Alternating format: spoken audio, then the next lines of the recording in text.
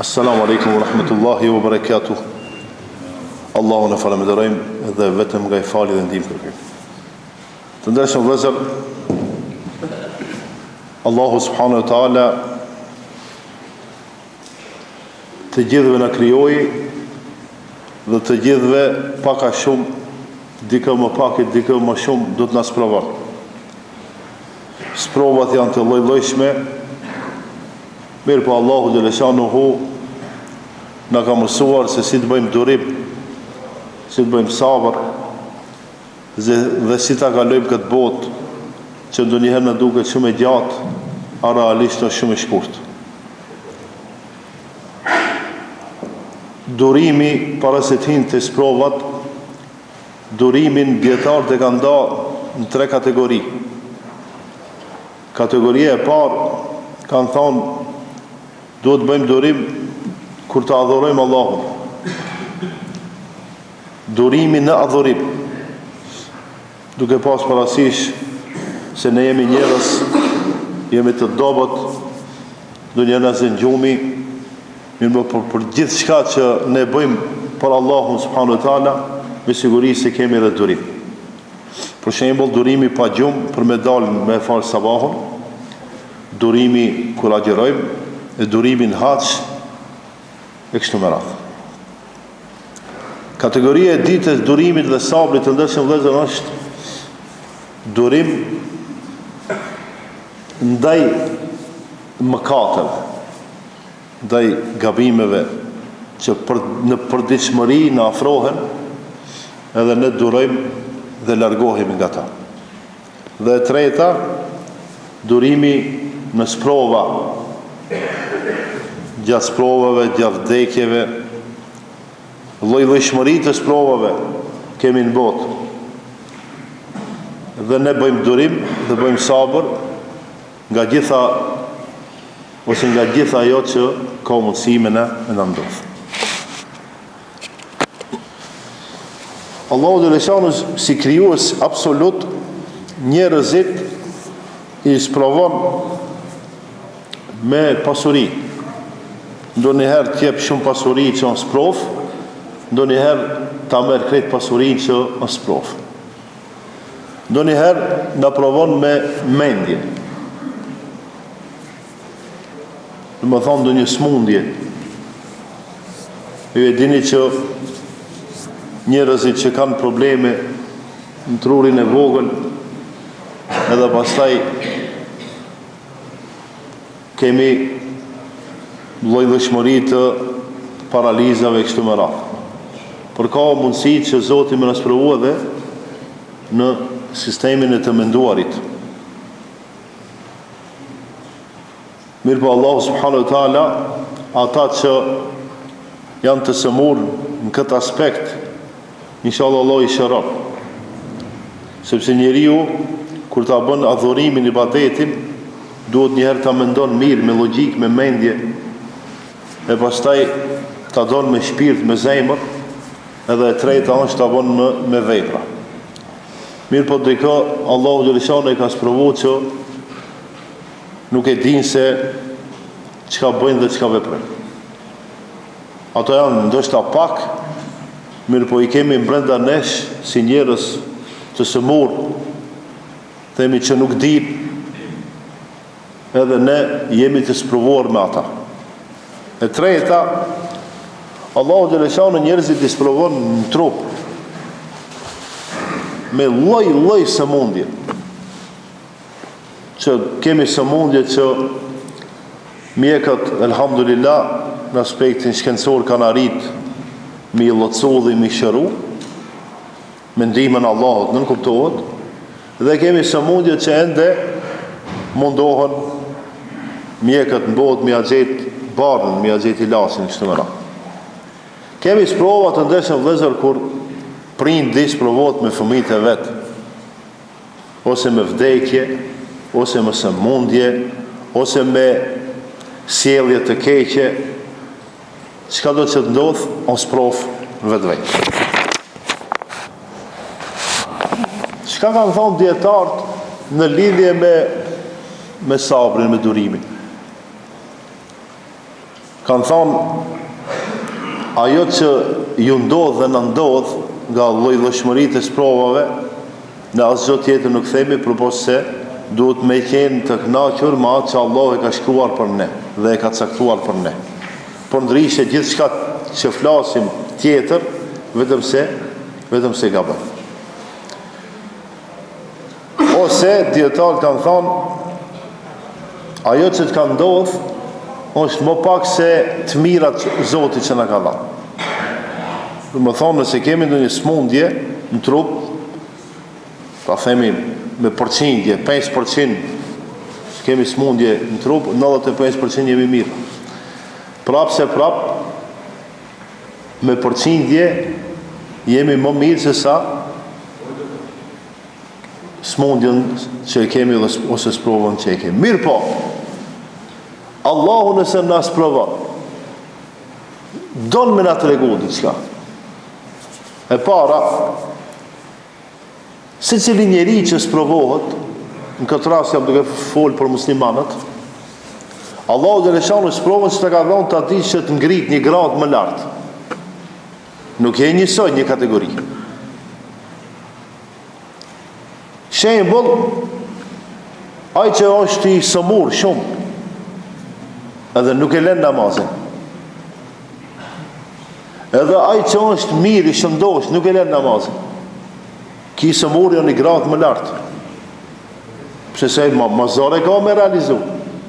Ai probleme ka me marr abdese, probleme ka me lëvizje, problema prap se prap. Zhagat shkon edhe e fal namazin. A pajtohet që kjo një gradë më lartë? Sa i që i fort, është mirë, dimrit nuk e ka problem, verës nuk e ka problem, lëviz, edhe i tjetri që i sëmur, edhe nuk mundet, mirë po kur ta shofim para neve ka në gjemë. E dita, në sprova ka edukim, Zotin e edukan, në mëson, se njeriu kur është i sprovuar, më shumë i lidhur është me Zotin. Njeriu kur ka gajle, më shumë i kujtohet Zotin. Njeriu kur ka probleme, si ti mban lart të lidhja me Allahun fuqiplot. E treta, ne kur sprovohemi dhe bëjmë sabër dhe bëjmë durim, çka tregojmë? Tregojmë lidhshmërinë tonë me Allahun subhanahu wa taala. Do të thonë nuk të shtojmë më një herë, nuk dorëzohemi më një herë. Dhe katërta, Allahu dhe shanu për secilën sprov i lan i fshin gjunahët dhe i shton sevapet. Çka do të na ndodhë neve? Edhe smundja e kokës, dhimbja e kokës, edhe ndonjë smundje në trup, ndonjë smundje, ndonjë gajle, ndonjë problem. Allahu dhe shanu me atë që ka sprovu, t'i fshin mëkatet dhe t'i shton sevapet ose veprat e mira. Të dërshëm vëllezër, ne si njerëz normal që do të sprovohemi. Allahu dhe shanu në Kur'an thot, a menduat ju se nuk do t'ju sprovoj? Mirë po, çka e lehtëson sprovën? Ka disa rregulla që nëse ne i realizojmë, i çojmë në vend, atëherë sprova që na ka ndodhur, ne i lehtësojmë vetvetes e para. Këta rregulla që ti përmendi ka përmend më herët, nuk janë rregullat e mia, do të thonë unë vetëm se i them çka kanë thonë dietarët. Ibn Qayyim al-Jawziyje ka një libër Zadul Ma'ad fi hadi khairul ibad. Thotë para, do të thonë tash si me te i kalu sprovën, si me i bon durim sprovës, e para, ai që beson në caktimin e Allahut, ai i cili beson në kader, ai më njëherë 50% ja lehtëson vetes. Shembull, mu më ka ndodhur diçka ti jo. Ama unë jam fuqishëm besoj se Allahu xhaleshan ashtu e ka caktuar. Më njëherë ja lehtësoj vetes. Edhe tash mundohem me gjetë shkaktarën. Do të thonë se cila sprove ka se vejbe, nga shkaku. Mirë po nuk e qëllimi me gjithë shkaku. si kina me i dalë në kjo sprovës, duke besu fort se Allahu dhe leshanu kur ta shkruan mu sprovu, nuk ka forcë në botë që mundet me ndalu. E Allahu kur ta shkruan me na shëru, me na largu atë sprovë, nuk ka forcë në botë që mundet me ndalu. Ibn Abbas radiallahu anhu thot, ka thonë pejgamberi sallallahu alaihi wasallam, ja gulam, inni uallimuka kalimat, o djali i ri, unë do t'i mësoj disa rregulla, disa çështje. Ihfazillah yahfaz. Mbroje Allahun, në këtë rast ne s'mundemi ta mbrojmë Allahun, po adhuroje Allahun. Doja Allahun. Nëse e don Allahun nanën tënde, nëse e don Allahun me të ndihmu kur ke gajle dhe probleme. Ihfazillah tajidhu tijahak. Doja Allahun, adhuroje Allahun, Allahun e gjen nanën tënde. Njife, adhuroj Allahun kur je mirë, nëse donë Allahu me të ndihmu kur keme qenë keq. Se ne do njëherë këtu e gabojmë. Si e gabojmë? Kur jemi mirë harojmë Allahun, e kur jemi keq lidhemi me Allahun. Në gabim. Dhe më thonë, ta njohim Allahun, ta adhurojmë Allahun kur jemi mirë, kur jemi me shëndet mirë, kur jemi me ekonomi mirë, edhe kur të na ndodhe nesër problemi, që të kemi fytiri, themin, në gjuhën tonë, që të kërkojmë nga Allahu ndihmë. E dita, secili prej nesh kur të sprovohet, duhet ta dinë se ajo që i ka ndodhur është shumë pak nga të mirat Allahut që na ka dhënë neve. Për shembull, i ke 100.000 euro, kanë humbë 5.000 euro.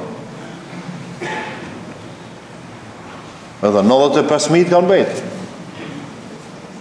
Ta cila qenë ka më? Ta që mësu merë shumë atë, o mërzi, normale, si mdodhi, që ka mdodhi. E ke këtë trupin, ke problem me kraun e djathë. Po e ke kraun e majtë, i ke këmbët, i ke sitë, nuk do gjanë pak me veshin e majtë.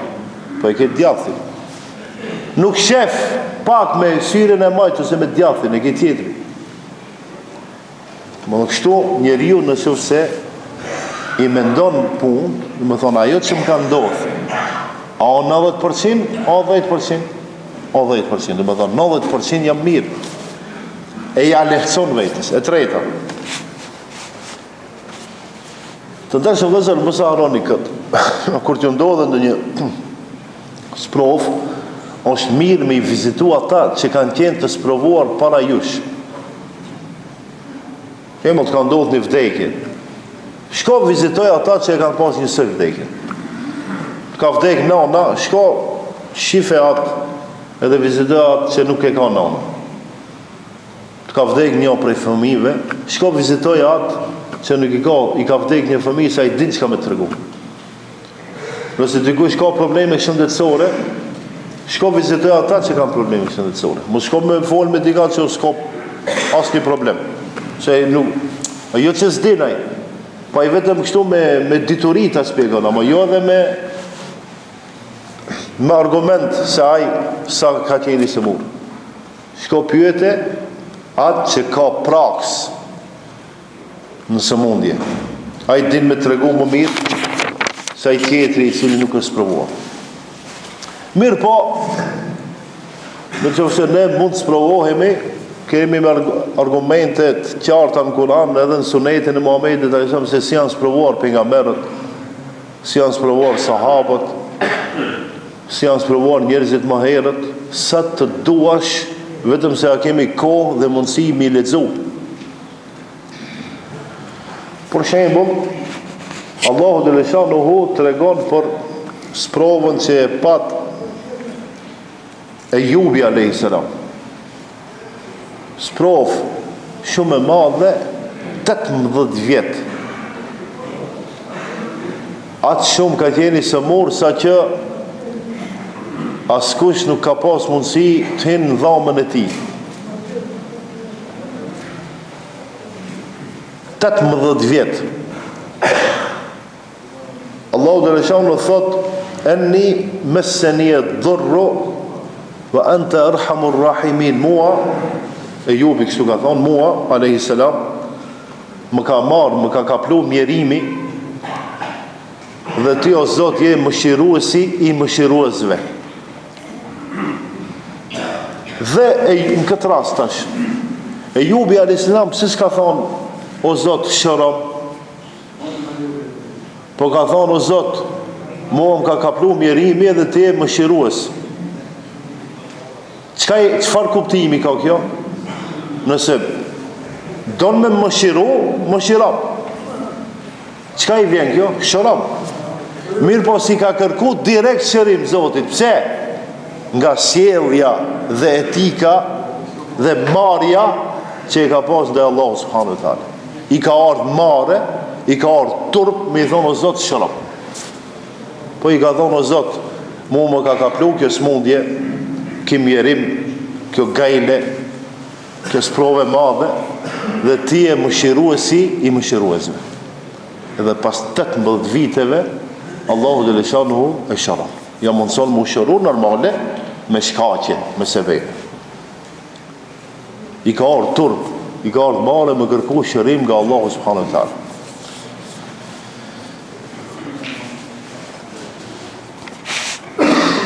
Atë smundjet tash une nuk di si më va sqarua atë smundjen që e ka pasur, ama hiç absolutisht nuk di, por po se di me të regu që 18 vite nuk e ka shiju as ushqimin, as pijena, vetëm se ka hangë diçka dhe ka pi diçka sa me thonë që mos me vdek. Ajo e dini çka dhe me thonë mos me pas mundësi me shiju diçka. Të ndryshëm vëzër, unë e përmenda këtë histori kalim thi, sepse në kohën e fundit bota është duke u sprovu.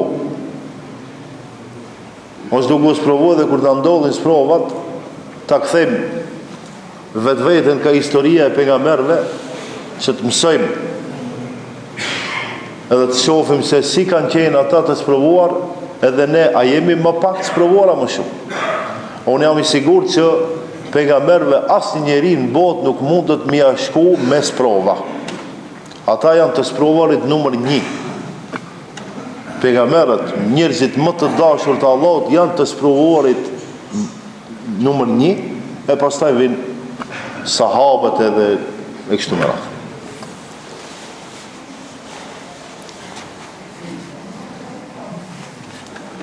Është një hadith kutsi, thot pejgamberi sallallahu alaihi wasallam, thot Allahu subhanahu wa taala, Allahu thot tash në hadith kutsi, unë thot jam i informuar më shumë se robërit e mi për vetveten e tyre. Thot unë kur e sprovoj njërin nga robërit e mi,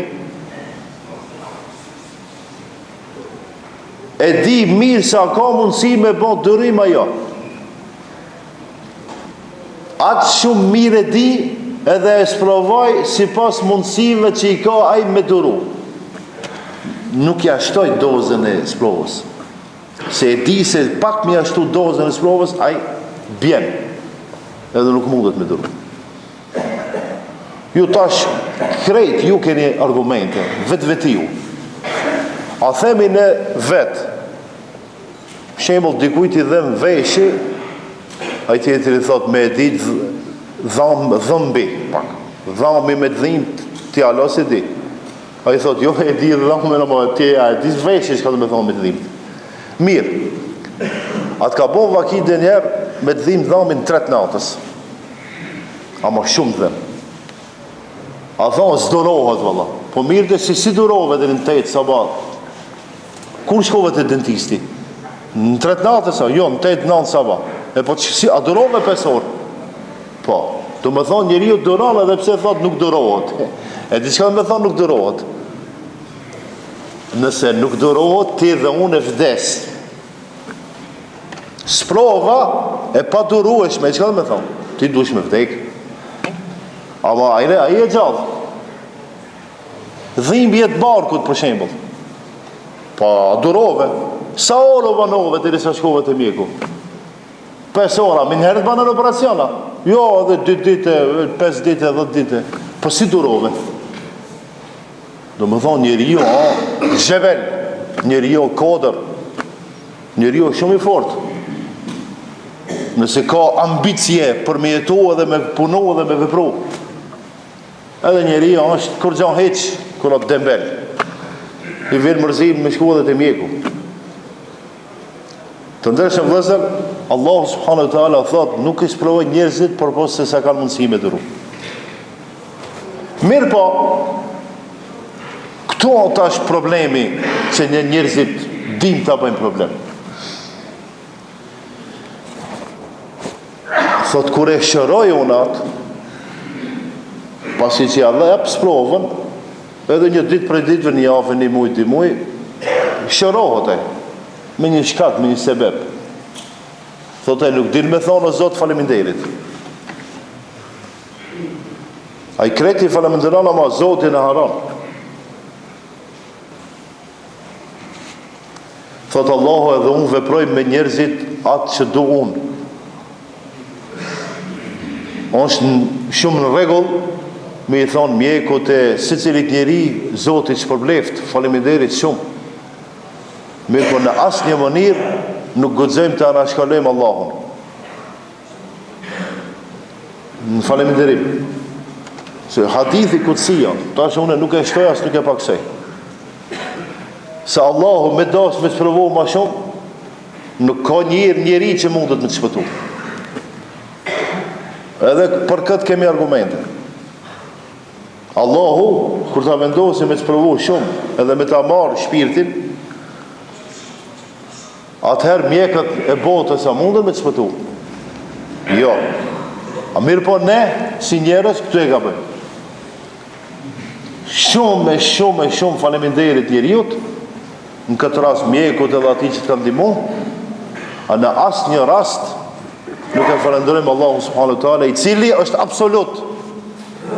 Edhe qatë mjekun që ti të ka bëjmë operacion, në fundit Allahu e ka dërgu.